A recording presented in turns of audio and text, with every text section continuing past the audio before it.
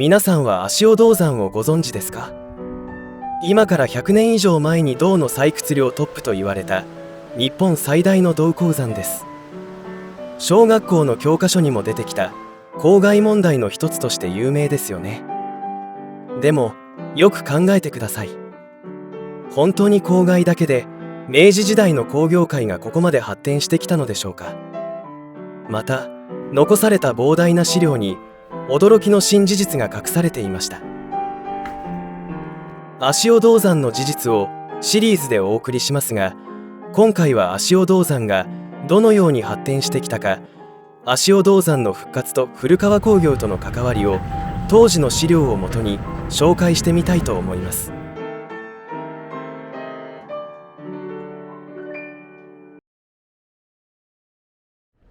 私たちの暮らしと銅の存在はなくてはならないものです。電子部品の中にもあれば調理器具にもあります。さらには金属としての価値の評価から10円硬貨の貨幣としての利用もありますよね。私たちの生活では絶対的な存在である銅はいつから需要が増えたのでしょう。江戸時代までは銅は高価な金属として寺院などの宝物品、さらには硬貨として多く利用されてきました。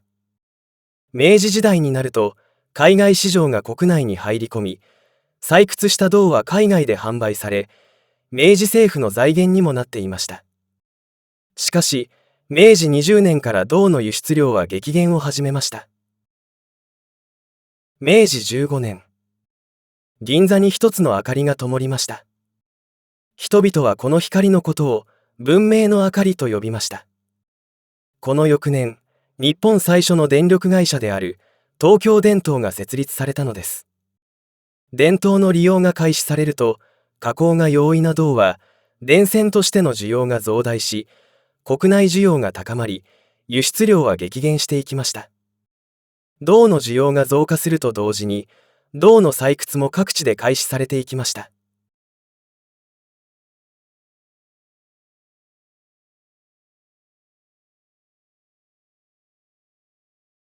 足尾銅山は古川工業の創始者である古川一兵衛が始めた鉱山と思われていますが、実は古川一兵衛が譲り受けた鉱山でした。足尾銅山は1550年代に発見され、1600年代には幕府の財源として開発が盛んに行われました。採掘した銅は長崎からオランダへ輸出され、日本最大の銅山として発展していきました。しかし1750年頃には採掘量の減退から足尾銅山は廃れていきました。1800年頃にはごくわずかに採掘をするのみで、大半が廃鉱山になっていました。明治時代になると足尾銅山は幕府の所有から栃木県の所有鉱山に切り替わり、県はこれを民間会社に売却することにしました。しかしすでに枯渇した鉱山のため、開発は思うように進まず、借金をしながらわずかな銅を採掘するありさまでした。同じ頃、古川一兵衛は新潟県の草倉鉱山の経営を始めていました。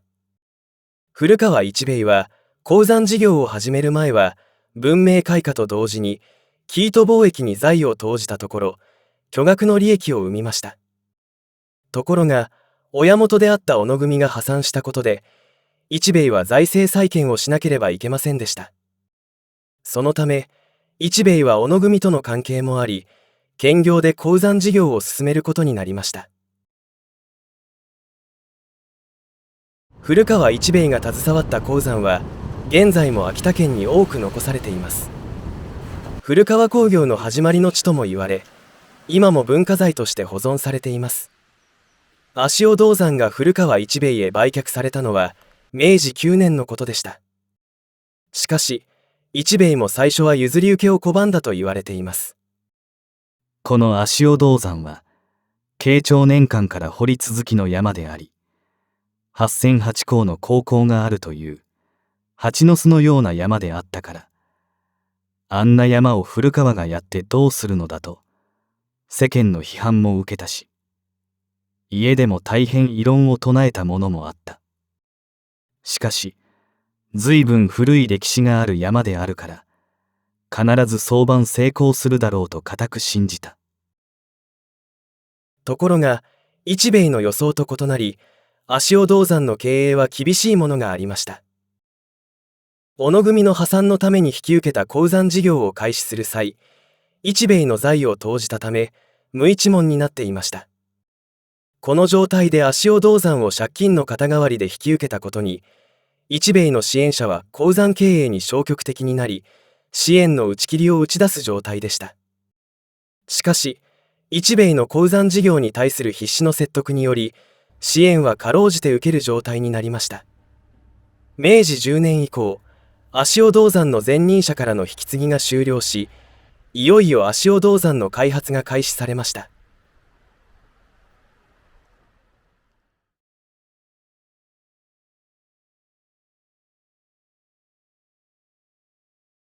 足尾銅山を譲り受け、経営を開始した一兵衛でしたが、前任者が掘削してきた坑道は数百に及び、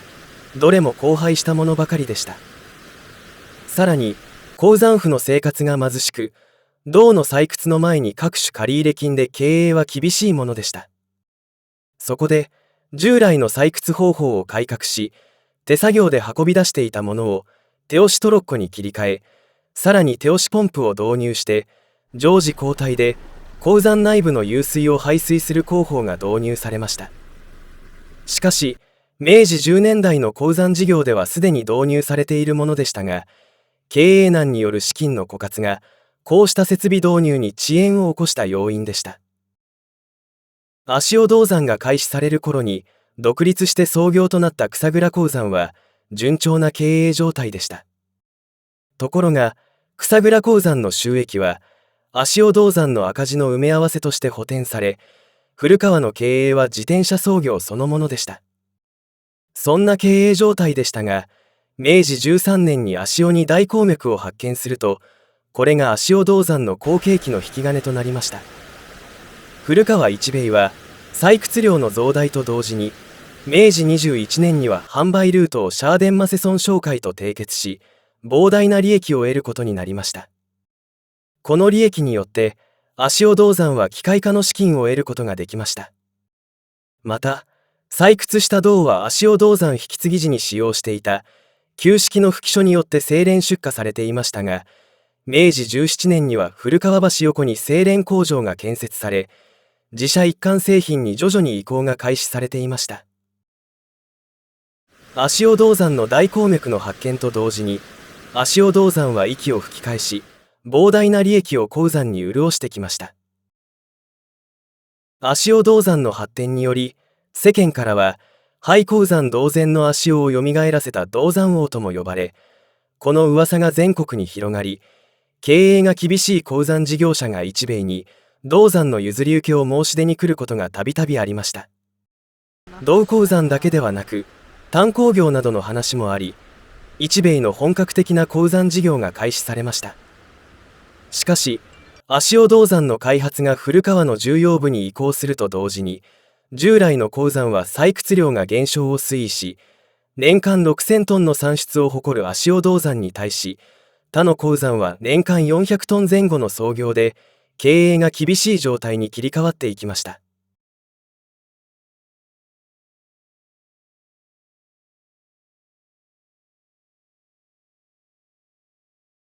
足尾銅山の銅が多量に海外に出回ったという話があります。国内需要に回る以前の銅は、精錬設備が初期のため、多量の銅を採掘したところで、精錬時に不純物が混入し、粗銅として横浜から海外へ出荷されていました。一兵衛は、銅の品質に問題があり、粗銅として海外へ破格で処分されるのであれば、基準を満たす精錬設備を設ける必要があると考えました。そこで、大阪造幣局の溶銅炉を真似たものを建設し、草倉鉱山の銅を製銅したところ、全国1位の品質となりました。この成功をもって、さらに炉の増設が着工されましたが、一兵衛はヨーロッパ諸国における古川の銅品質に対し、製銅の品質評価が悪く、これを打開する必要がありました。つまり、日本の銅の品質は、製銅の 99.8% 以下であり、これ以上の高品質な純銅 99.9% 以上の品質がまだ日本で製造することが技術的に不可能でした。苦心して採掘した銅が粗銅と同じ扱いで諸外国から評価を受けることに対し、日米はヨーロッパ諸国の基準に合わせる必要があると考えました。日米はこの事業に古川の品質をかけて世界最良品質を目指し、従来の低品質の価格ではなく古川ブランドとして売り出すことに大きく方針を切り替えました。これが日本最初の電気製銅法と呼ばれるもので、電気による銅の分離方法が開始されました。明治22年に試験的に溶道路の隣に併設し、8kW の電力により純銅が製造されました。この純銅はシャーデンマセソン商会に見本販売したところ、高評価を受けました。この評価を受けて、日米は電気分銅工場を増築し、高純度の銅の製造を始め、電力利用の開始に伴い、電線の需要が高騰したことから、高純度の銅を使用し、電気抵抗の少ない高品質の電線工場を建設し、明治29年から本稼働に入りました。日本の銅産業を一躍トップに飛躍させた日米でしたが、その背景にはドイツ人技師のヘルマンの技術力があったとも言われています。ご視聴ありがとうございました。次回作を急いで制作しております。よろしければチャンネル登録よろしくお願いいたします。